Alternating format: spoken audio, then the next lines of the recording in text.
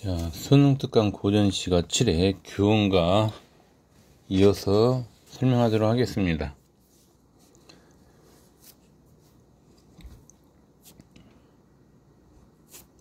자, 천등 돌려놓고 천등 밑줄, 그 다음 녹기금을 비껴 안아. 천등 뜻이 뭘까요? 등불이죠, 등불. 근데 그냥 등불이 아니죠, 청등은. 한번 여러분이 분석해 보세요. 자, 어떤 이미지가 드러났어요? 청등은. 녹기금도 검은고인데 그냥 검은고가 아니죠. 검은고에 색깔이 나와있죠. 푸른 검은고라고. 이제 힌트 좋네요. 그죠? 자, 천등은 여러분이 알다시피 푸른 빛을 내는 전등이에요. 즉 등불이죠. 푸른 전등.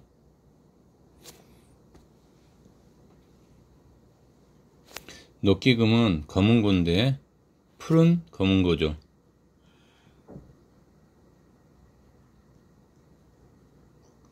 자, 어떤 이미지가 드러나 있다? 색채 이미지죠. 이 정도는 여러분이 그 현대시 배웠던 거 여기다 적용할 수 있어야 돼요. 그죠? 배운 거예요, 이건 여러분. 자, 색채 이미지가 드러나 있다. 됐습니까? 네, 이런 걸 여러분 잘 볼 수 있어야 됩니다.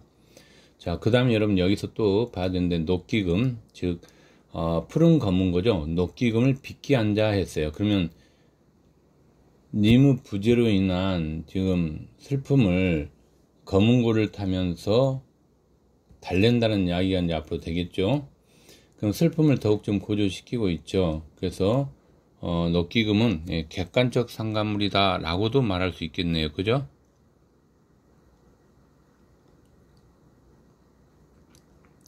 됐습니까? 자, 이제 다음에 이제 근거가 나오네요. 병내나 한곡조를 시름조차 섞어 타니 했어요. 그럼 바로 이 부분이 여러분 뭐가 되는 거예요, 여러분? 그쵸? 자, 여기서 여러분 보세요. 한에 서러움을 스스로 좀 달래보고자 하는 노력이 들어가 있죠. 그죠? 그래서 하자는 자신이 처한 상황을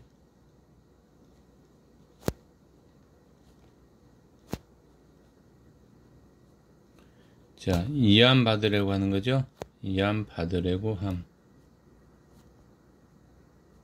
이해함이라는 단어가 중요해요. 그죠? 자, 그럼 병내나 뜻은 여러분이 알다시피 병내나 뜻은 좀 쉽죠? 자, 병내나 뜻이 여러분 뭘 같아요, 여러분? 한번 여러분이 분석해 보세요. 그쵸? 즉, 녹기금에서 이야기한 녹기금, 즉, 검은고죠. 자, 검은고를 통해 연주되는 악곡이죠. 악곡의 의미적 해석은 음악의 곡조예요. 이 곡조 나와 있잖아요, 지금. 병내나 한곡조니까. 병내나는 우리가 검은고 타면서 부르는 오늘날로 이야기하면 노래 한 가지 종류에 해당되죠, 병내나. 그래서 병내나는 곡조, 음악의 곡조, 즉 녹기금을 통해 연주되는 악곡이다 정도로 해석하면 되겠습니다. 됐습니까? 자, 또 들어갑니다, 여러분. 자, 소상야유의 뱃소리 섰도난 듯 하포천년의 벼락이 운인 듯. 여러분 여기 또 나오네요. 소상야우 하표천년. 자, 한자성어 즉 사자성어 나오면 아까 여러분 뭐라고 제가 표현했죠? 사자성어 나오면 기억나세요? 지금 여기 중국고사를 인용하고 있잖아요. 이런 걸 우리가 간섭적 표현이라 했죠. 자, 소상야우 하표천년. 자, 어떤 중국고사를 인용하고 있나 봅시다. 소상야유를 먼저 보도록 하겠습니다. 소상야유는 중국고사를 인용하고 있는데 어떤 중국고사라면 순임금의 죽음을 슬퍼하며 소상 강가에서 몸을 던진 두 왕비의 이야기를 담은 내용이에요. 그러면 여기서 소상야우는 결론적으로 중국 소상강의 반피가 되겠죠.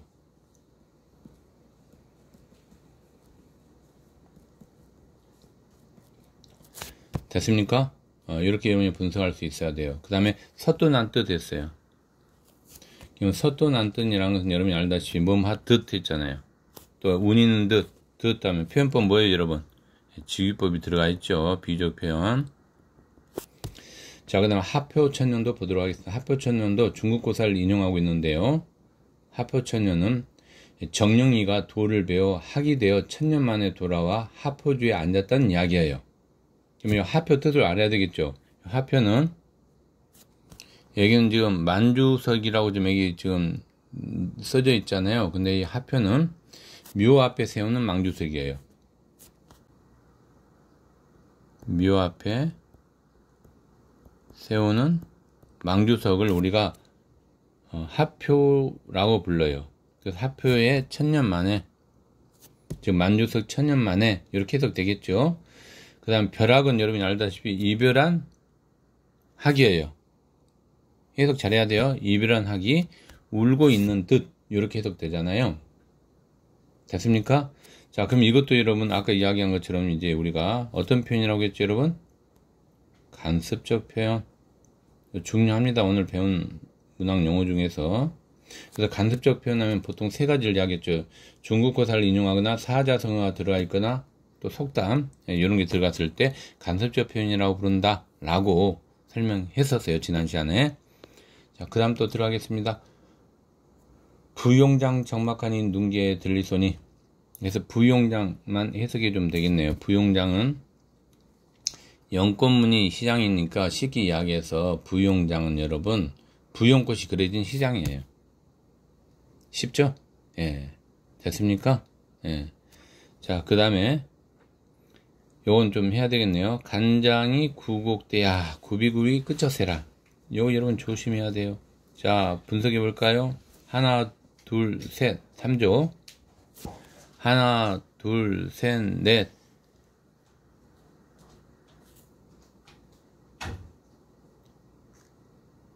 그죠? 자, 이제 분석해 봅니다, 여러분. 구비구비, 넷. 그 다음에 끝쳐세라, 넷. 여러분, 3, 4, 4, 4조. 즉, 3, 4나 4, 4조로 끝난 걸 우리가 몇 음보라고 부릅니까, 여기서? 네, 사음보가 되겠습니다. 그래서 우리가 보통 사음보 하면 여러분, 가사작품이나 또는 시조가 보통 사음보에 근거하죠. 이런 거 여러분 알고 있어야 돼요. 음보 나누는 거. 됐습니까? 자, 이제 해석 들어가겠습니다. 간장이 구국되어 구비구비 끊어지듯 애통하구나 했어요. 그래서 애통한대요, 여러분, 애통. 자, 그럼 여러분 여기서 구곡간장은 요 간장 구곡을 구곡간장이라고 부릅니다. 구곡간장은 애끓는 심정이에요. 그러니까 여기는 당연히 서러움이 들어가 있겠죠. 또는 그리움이 들어가 있겠죠. 근데 이게 여러분 구비구비 여러분 그쳐서야 했어요. 끊어질 듯 애통하대요. 그럼 약간 여러분 뻥튀가 들어가 있죠. 자, 표현법 뭡니까? 가장법. 이런 걸 여러분이 잡아주셨어야 돼요. 가장법. 즉 하자의 정서를 부각시키기 위해서 가장법을 사용하고 있는 거죠. 하자의 정서 부각이죠. 자, 이때 정서 부각은 뭡니까, 여러분? 방금 이야기했습니다. 분석해 보세요, 여러분. 뭐예요? 예, 그리움 또는 뭐였습니까, 여러분? 서러움이었죠? 예, 그래서 그리움이나 서러움, 한이 되겠죠.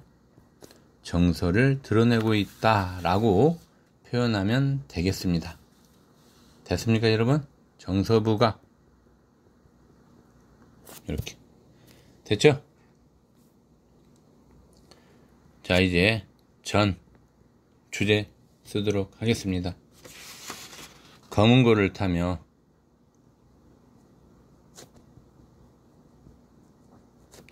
자, 애로움과 한을 달래고 있죠? 저 그리움을 달래고 있는 거예요. 그죠? 네, 됐습니까? 한을 달램.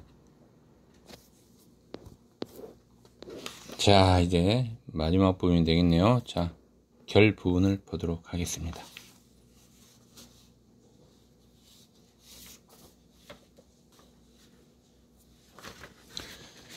차라리 잠을 들어 꿈에 나와 버려야 하니. 자, 해석을 하니까 어때요, 여러분? 차라리 잠이 들어 꿈에 나온 님을 보려고 했더니, 그럼 여기서 여러분, 님을 어디에서 본다는 이야기예요? 꿈이죠. 꿈의 상징적 의미가 중요하겠네요. 그죠? 자, 차라리 잠을 들어.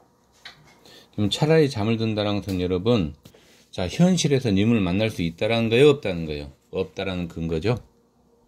그쵸? 그러나 어디 가면 만날 수 있어요? 예, 꿈에서는 만날 수 있다는 이야기예요. 그쵸? 그럼 차라리 잠을 들어 이 말에는 현실에서 님을 만날 수 없다. 그죠? 현실에서 님을 만날 수 없다는 거예요. 결론적으로 이야기하면 하자에 어떤 태도가 드러나 있죠? 만날 수 없으니까 체념해야 되겠죠?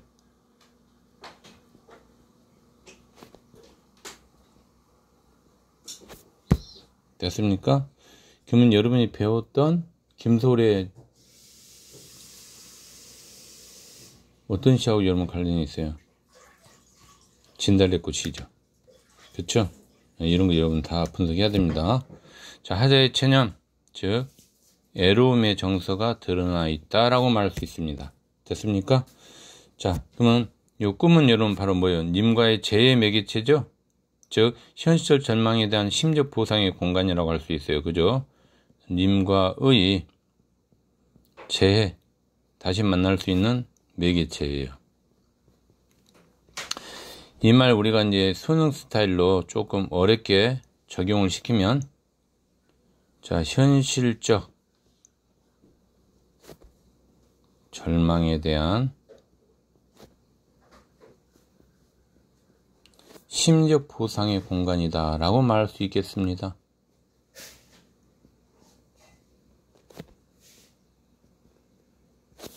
됐습니까? 예. 자, 그 다음 또 내용 들어가도록 하겠습니다. 바람이 지는 잎과 풀 속에 우는 짐승.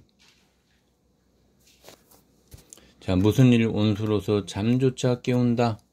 그럼 여러분 여기서 해석을 하면 바람이 지는 잎과 풀 속에서 우는 벌레는 무슨 일로 온수가 되어 잠마저 깨우는가. 이걸 온수로 보고 있는 거죠. 지는 잎하고 짐승을 온수로 보고 있어요. 그럼 내가 꿈을 통해서 님을 만나야 되는데 만날 수 있게 하는 거예요? 못 만나게 하는 거예요?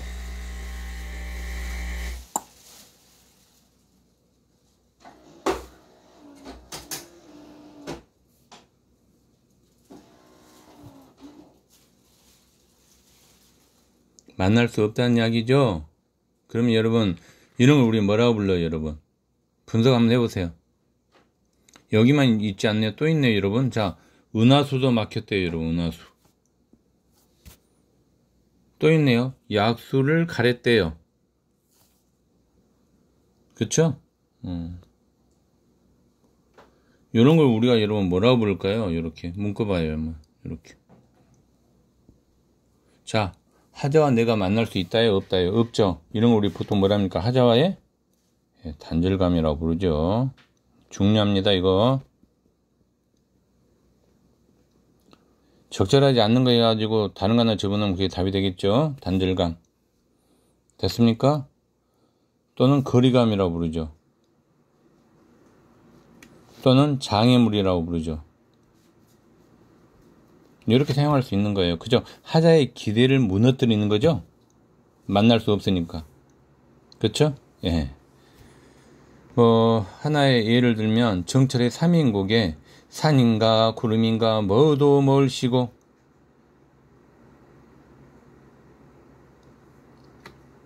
거기서 이면 산과 구름도 이런 뭐예요? 장애물이 되겠죠. 그죠? 예, 뭐 그런 이야기입니다.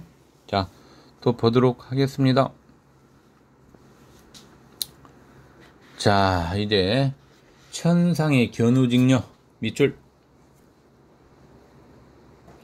자, 천상의 견우직녀를 여러분 해석을 하면 여러분이 알다시피 좀 재밌는 이야기죠. 은하수가 막혔어도 저 하늘의 견우와 직녀 은하수가 막혔을지라도 해서 그럼 천상의 견우직녀를 우리가 보통 이야기할 때 이 부분은 여러분이 알다시피 뭘 생각해야 된다면, 자, 님을 만나지 못하는 자신과 대조를 이룬 옛 이야기 속의 대상이죠. 즉 하자와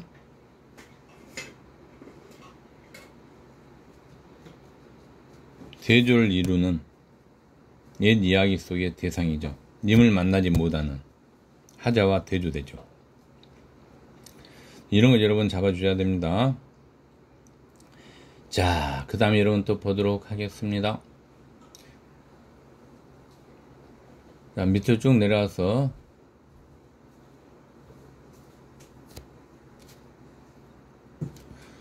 자, 요 약수 뜻은 뭘까요, 여러분? 약수. 그죠? 거기 보면 주석에 보면 중국 서쪽의 전설 속의 강 길이가 3,000리나 되며 부력이 매우 약하여 기러기의 털도 가라앉는다고 한다. 뭐 이런 내용이에요, 여러분. 그러면 이것도 여러분 똑같이 뭐예요, 여러분? 의미적으로 해석하면 예, 하자와의 단절감이 되는 거죠. 예, 가려버렸으니까 약수를. 예. 자, 그 다음 또 해석 들어가도록 하겠습니다.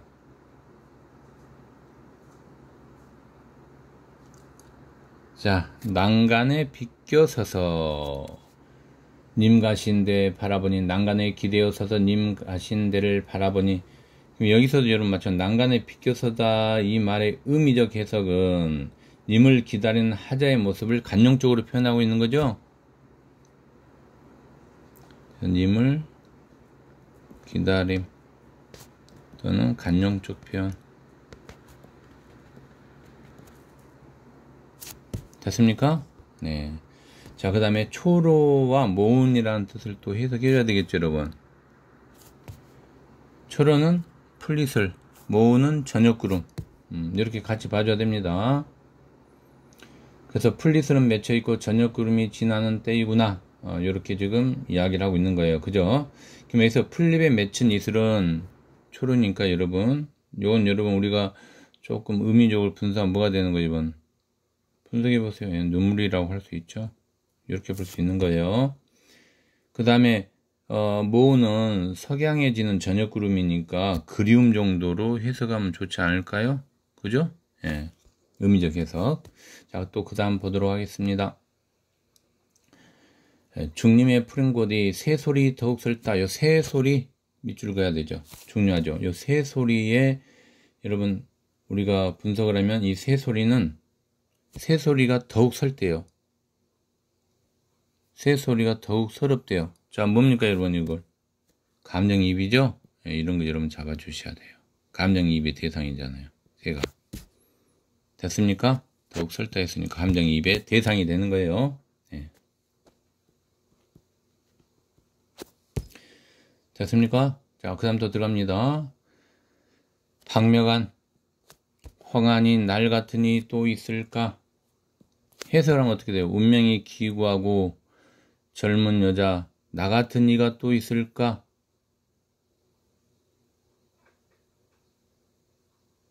자, 여러분 여기에서 우리가 의미적으로 해석하면 자신의 처지가 불운한 운수에서 비롯된 것임을 한탄하고 있는 거죠. 즉 님에 대한 뭐가 드러나 있다?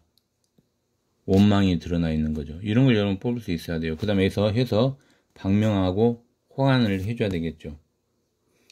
박명 뜻은 운명이 기박하다는 거예요. 즉 운수가 나쁘다는 이야기죠. 박명은 운수가 나쁨 이렇게 되는 거예요. 그 다음에 여러분 홍안이라는 뜻은 붉은 얼굴이죠. 즉 젊은 여인을 이야기하겠죠. 자, 어떤 이미지가 들어가 있다 붉다 했으니까 색채 이미지가 드러나 있습니다. 이런 걸 잘 적용할 수 있어야 된다고 이야기했어요. 됐습니까? 예, 잡아주시고 그 다음에 여러분 이제 오늘 또 가장 중요한 거 하나 남았네요. 자, 해석 문제 하겠습니다. 여기서 님의 지, 요 지라는 것은 여러분 남 탓할 때 요 탓 있죠? 탓으로라는 해석이요. 지가 같이 봐주시고요. 그 다음에 제가 분석합니다, 여러분. 자, 하나, 둘, 셋 끊고 그 다음에 하나, 둘, 셋, 넷, 다섯, 여섯 뭐 5나 6이 올 수 있어요. 그 다음 살똥말똥하여라 이렇게 끝났어요. 그럼 여러분 어떻게 돼요? 3, 5, 4, 3의 의미적 해석을 가지고 있는 거죠. 근데 여기서 여러분 3은 어때요? 불변이죠. 자, 뭐가 생각납니까? 이거 중요합니다. 제가 여러 번 그 시조를 설명할 때 여러 번 설명했던 걸로 기억합니다. 그렇죠? 가사의 마지막 문장이 시조의 종장과 유사하다라는, 즉 시조의 종장의 세 글자, 불변이죠. 변하지 않죠. 그 낙후체의 형태를 띠고 있다, 뭐 이런 식으로 설명했던 거 기억나시죠? 중요합니다. 색깔 넣으세요. 빨간색. 시조의 종장과 형식이 유사하다는 이야기죠. 많이 중요합니다. 시험지에 잘 나와요. 뭘로 써? 이 형식 3, 5, 4, 3으로 됐습니까? 네, 정리 잘 해야 됩니다. 자, 이제 결의 주제를 쓰고 끝내도록 하겠습니다. 본문지문 분석. 기관 운명을 한탄하며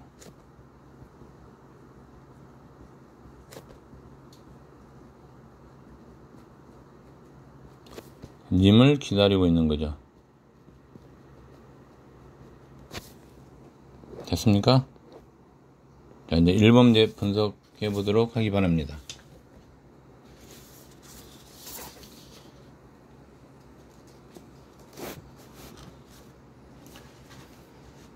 답이 몇 번이었을까요? 1번이. 근거까지 제시해 보세요. 답에 대한 근거.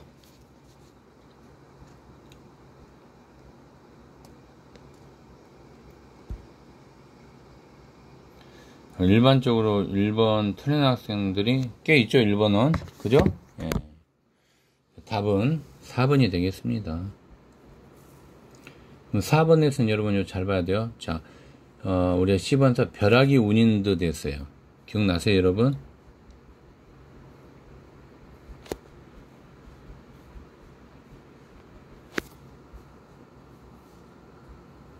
아까 여러분 벼락이 운인 듯 해석 어떻게 됐어요, 여러분? 벼락이 운인 듯. 혹시 기억나세요, 여러분?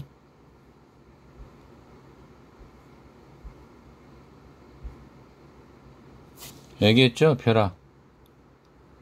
이별한 학이 울고 있는 듯 했잖아요. 여기 이별한 학이잖아요, 벼락이. 여기. 기억나시죠? 그냥 벼락이 운인 듯 이별한 학이니까 여러분 동물에 인격을 부여했다라고 말할 수 있죠. 벼락이. 그죠? 학이니까.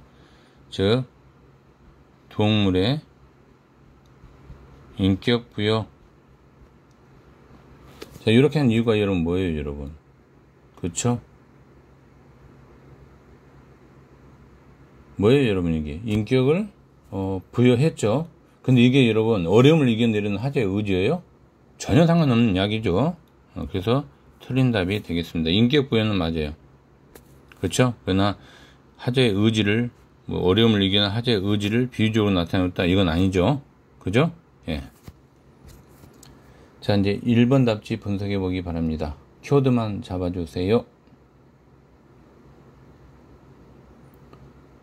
아마 기억나실 거예요. 1번 보면 당시에 용심도 제가 해석해 줬죠. 용심하기 사름 디듯, 요 사름 디듯 요 부분에서 이제 포인트가 있었죠. 살얼음. 조심했다는 이야기죠. 그죠? 그러니까 어때요? 바로 나오죠, 여러분. 즉 신중해야 된다. 아까 제가 설명했을 겁니다. 바로 답 튀어나오죠? 예, 쉽습니다. 그죠? 당연히 비유적 표현은 직유법이 들어가 있는 거죠. 예, 2번 답지 분석하기 바랍니다. 요거 제가 너무너무 오늘 많이 강조했어요. 기억나십니까, 여러분? 심지어 제가 향수란 작품까지 예를 들면서 설명했던 어떤 단어에 밑줄 가야 되겠습니까? 그렇죠. 시간의 경과 색깔 넣으세요. 많이 중요합니다. 그래서 하재의 애로움이 오랜 시간 계속되고 있죠. 요 애로움이. 그래서 이걸 우리가 뭐라 한다? 시간이 경과하고 있다. 이렇게 설명할 수 있는 거죠. 그 다음에 3번. 서식이야 더욱 알라 생각이 없을 소나. 즉 서류법이 작용되고 있죠. 그럼 님의 소식을 내가 알 수 있어요, 없어요? 없죠? 그러니까 자신의 처지를 뭐 하고 있는 거예요, 이건? 알 수 없으니까. 한탄하고 있다. 맞는 표현이 되겠죠? 예. 5번 답지 분석하세요. 5번 답지 D번에서는 천상의 견운이 은하수 막혔어도 7월 최소 1년은 살기치 아니거든. 은하수에 제가 아까 동그라미 치면서 장애물이라고 이야기했어요. 기억나십니까, 여러분? 그죠? 견우준이 1년에 한 번 만나잖아요. 그죠? 근데, 대조적으로 견우준이와 비교했을 때 자신의 상은 어때요, 여러분? 그러지 못하니까 더 비극적이죠. 그래서 비극성을 강조하고 있다. 예, 맞는 표현이 되겠습니다. 2번 문제 분석해 보기 바랍니다. 일반적으로 2번 문제는 좀 맞은 학생들이 좀 있었던 것 같은데, 또 틀린 학생도 있고 하니까 또 설명은 해야 되겠죠. 자, 2번 문제 보도록 하겠습니다. 일단 가와 나를 잘 분석해야 돼요. 그죠? 자, 가번에서는 애로움, 여기 키워드죠. 그 다음에 그리움과 원망, 이거 같이 잡아줘야 돼요. 그러니까 여기서 가번하고 나번인데, 가번에는 애로움, 그 다음에 그리움, 원망, 이 이름을 같이 잡아줘야 돼요. 그럼 나번이면 여러분 뭐예요, 여러분? 인생의 무상함, 즉 인생 무상감을 느낀다. 인생 무상이죠? 이걸 여러분이 잡아주셨어야 돼요. 이걸 이제 기억니은 딜, 리을, 미음에 각각 적용을 시켜야 된다는 이야기예요. 이해됐습니까? 자, 적절하지 않는 거 답 몇 번일까요? 네, 2번이 되겠습니다. 겨우에서요, 겨우.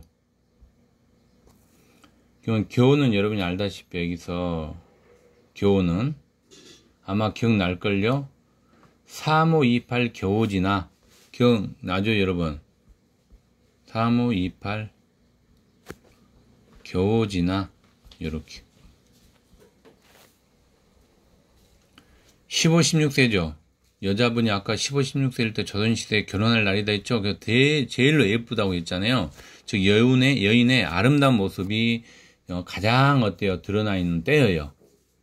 그죠? 그건 아마 강조했을 거예요. 근데 여러분, 아름다운 용물을 얻기 위한 노력이 여러분 간절함의 의미가 포함됐다라고 말할 수 있을까요, 없을까요? 그럼 비약이죠. 네, 여기 잘못됐습니다. 됐습니까? 그럼 여러분, 나의 지금 주제의식을 여기 보면 인생 무상감을 좀 이야기하고 있잖아요. 관련 있어요, 없어요? 관련 없죠? 그래서 틀린 내용이 되겠습니다. 됐습니까? 자, 1번 답지 보도록 하겠습니다. 엊그제는 여러분 아까 설명했죠? 엊그제는 젊었을 때 날이 아주 가깝게 느껴진다. 이렇게 이야기했었죠. 그제는. 이 말은 결국 안타까워하는 태도가 드러나 있고 그 다음에 인생 무상감이 드러나 있죠. 그래서 맞는 표현이 되겠죠. 인생 무상감. 이건 나의 주제의식은 인생 무상이죠. 맞는 표현이 되겠습니다. 이런 거 여러분 잘 분석해야 돼요. 3번 답지 보도록 하겠습니다. 3번 답지는 여러분 설빈한 어디 가고 이렇게 우리가 지문을 봤을 거예요.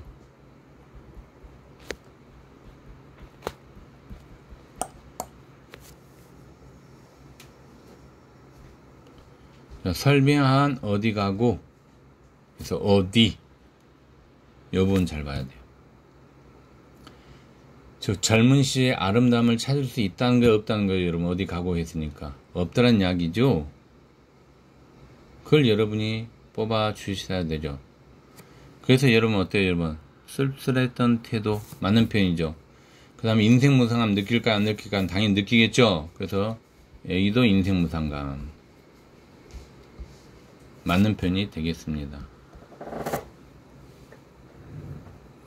자, 그 다음에 4번 답지 분석해 보기 바랍니다. 어디 머무는 곳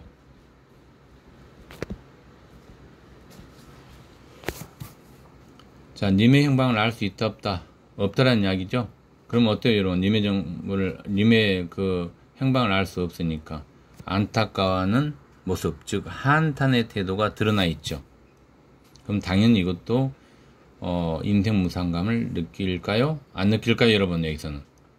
잘 분석해야 됩니다. 그렇죠? 여기서 어디라고 했으니까 안타까움을 느끼면서 이 규방에서 홀로 지는 애로움과 관련이 있죠. 애로움. 그러면 여러분 여기 가번에선 이 애로움을 지금 주제로 뽑고 있잖아요. 그죠? 그래서 여기 주제의식은 애로움이 되겠죠. 맞는 표현이 되겠습니다. 함정에 빠지면 안 돼요. 4번. 자, 5번 답지 보도록 하겠습니다. 차라리 잠을 들어. 이렇게 돼 있잖아요. 차라리요. 그러면 애로움을 이겨낼 방법이 있다는 거예요, 없다는 거예요? 없다는 이야기죠. 근데 어디에서 님을 만날 수 있다라고 생각했었죠? 잠이죠, 잠. 그죠? 난 님을 만날 수 없으니까 현실에서는 체념할 수밖에 없죠. 그래서 체념적 태도가 맞고요. 자, 그러면 이제 애로움과 관련 되겠죠. 그래서 가의 주제식 애로움 맞는 표현이 되겠습니다. 답은 2번이 되겠습니다. 이런 거 여러분 잘 뽑아줘야 돼요. 3번 문제 보도록 하겠습니다.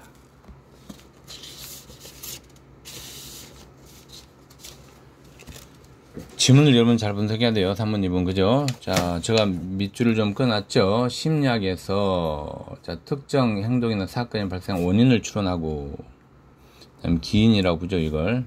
원인을 추론하는 걸 기인이라고 부릅니다. 자, 내적 요인에서는, 여러분, 뭐라고 나와있어요, 여러분? 자, 행동이나 사건이 발생했다고 보는데, 거기에는 자신의 능력의 노력, 자질이 이유가 된다라고 나와있죠. 이걸 봐주시고. 외적 요인은 여러분이 알다시피 자 사태가 일어났다고 원인을 파악하는 건데 이때 그 원인은 외부 환경이나 타인 또는 운 등의 영향으로 사태가 일어난 거죠. 그래서 기인은 괜히 스스로에게 사태를 납득시키고자 가동하는 심적 기제로 저희 조심해야 됩니다. 원인을 파악할 때 잘못 판단을 내리는 경우 원인이 나와야 됩니다. 원인, 결과 아닙니다. 원인을 파악할 때 잘못된 판단을 우리는 뭐라고 부른다?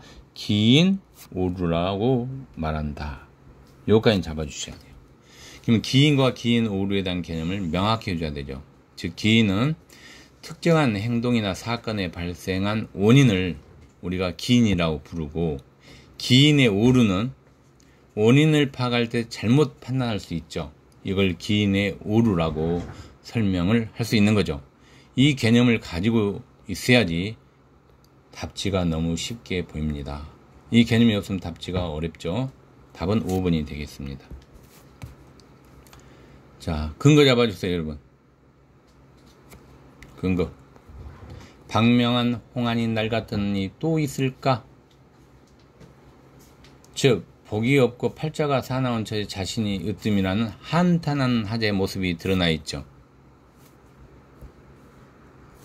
여기서는 한탄하는 하자의 모습이 드러나 있어요. 그렇죠? 즉 이 말은 하자가 타고난 운수가 불운하다라고 보고 있는 거예요. 그죠? 운명으로 돌리고 있잖아요. 타고난 운수가 불운하다. 운탱이가 없다는 이야기죠.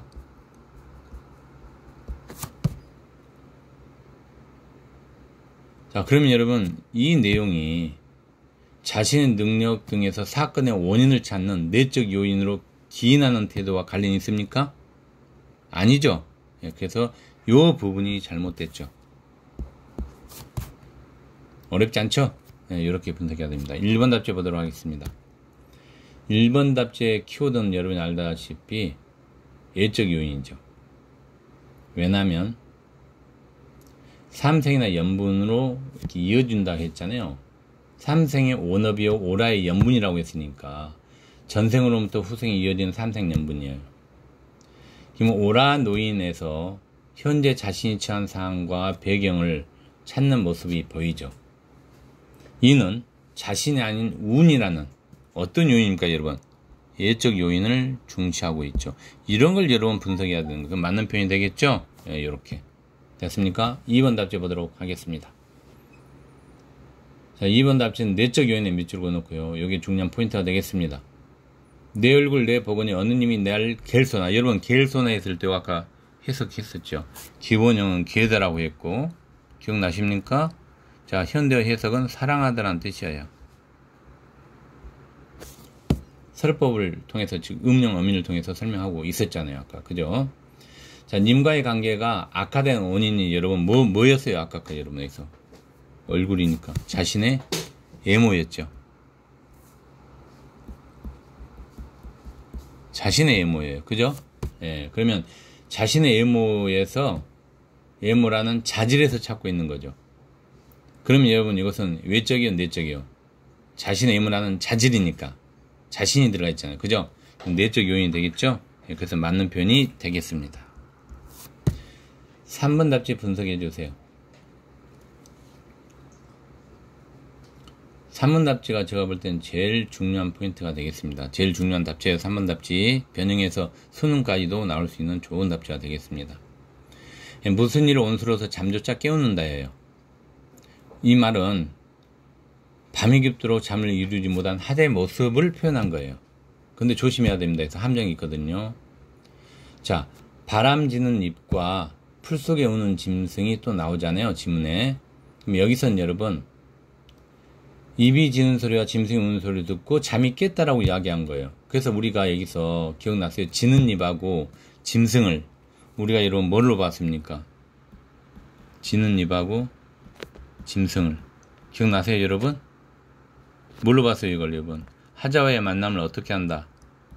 못 만나게 하는 거죠. 그 하자와의 만남을 못 만나게 하는 게 어때요, 여러분? 거리감 또는 방해물로 해석을 했었죠. 이걸 여러분이 알고 있었어야 돼요. 기본 논리가. 네. 그러면 되게 이제 쉬운 답지가 되는데요. 그렇게 했을 때는. 자, 이제 분석해 보겠습니다. 하자가 작은 소리에도 기울이며 님이 오는 소식을 알고자 하기 때문이죠. 그죠?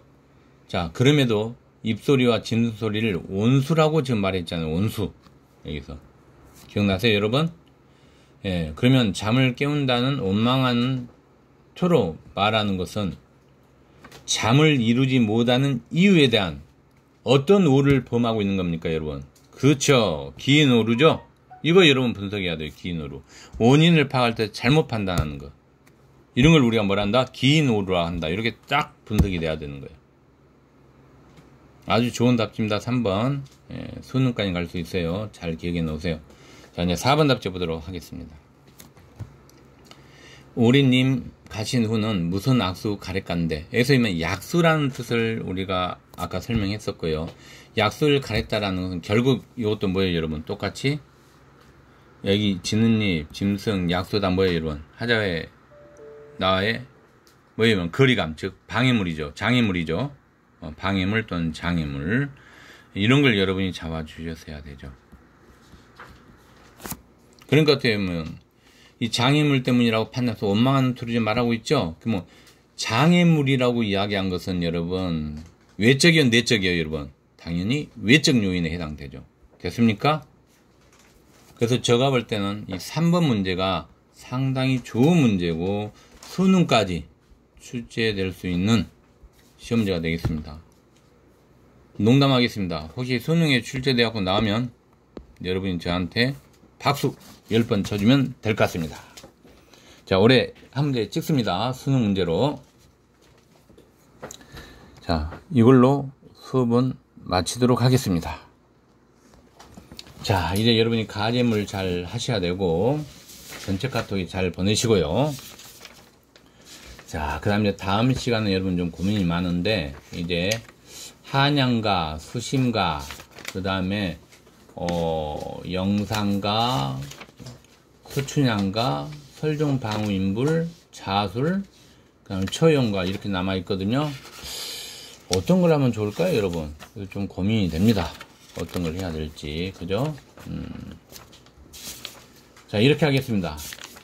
조금 많이 나갈까요? 말까요, 여러분? 나와도 되지 않을까요? 그죠? 그래서, 자, 이제 가잼을 내주겠습니다. 가잼을 좀 많이 내겠습니다. 그래서 고전씨가 다 끝낸 게 낫지 않아요? 그죠? 자, 8회.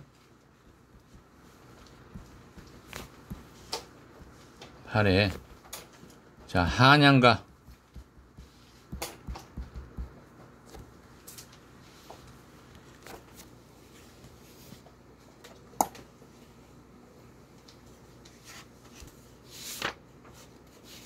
자, 그 다음에 여러분, 좀 짧은 거 해서 같이 보도록 하겠습니다.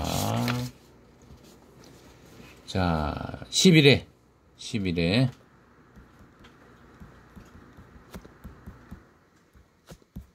설중, 방우인, 부루. 그 다음에 이호봉의 자술. 자, 이해분입니다. 여러분이 힘들고 피곤하면 알지만 어차피 방과학교 했고 여러분이 지금까지도 잘 해오고 있습니다. 좀 더 발전하기 위해서 오늘은 가재물을 좀 명료하게 했으면 좋겠습니다. 고전시가 8회 한양가와 고전시가 11회 설중 방우인우 부루와 자수를 가재물로 내도록 하겠습니다. 반드시 풀고 그 다음에 개인 카톡으로 보내기 바랍니다. 자, 이상 수업 마치도록 하겠습니다. 고생 많으셨습니다.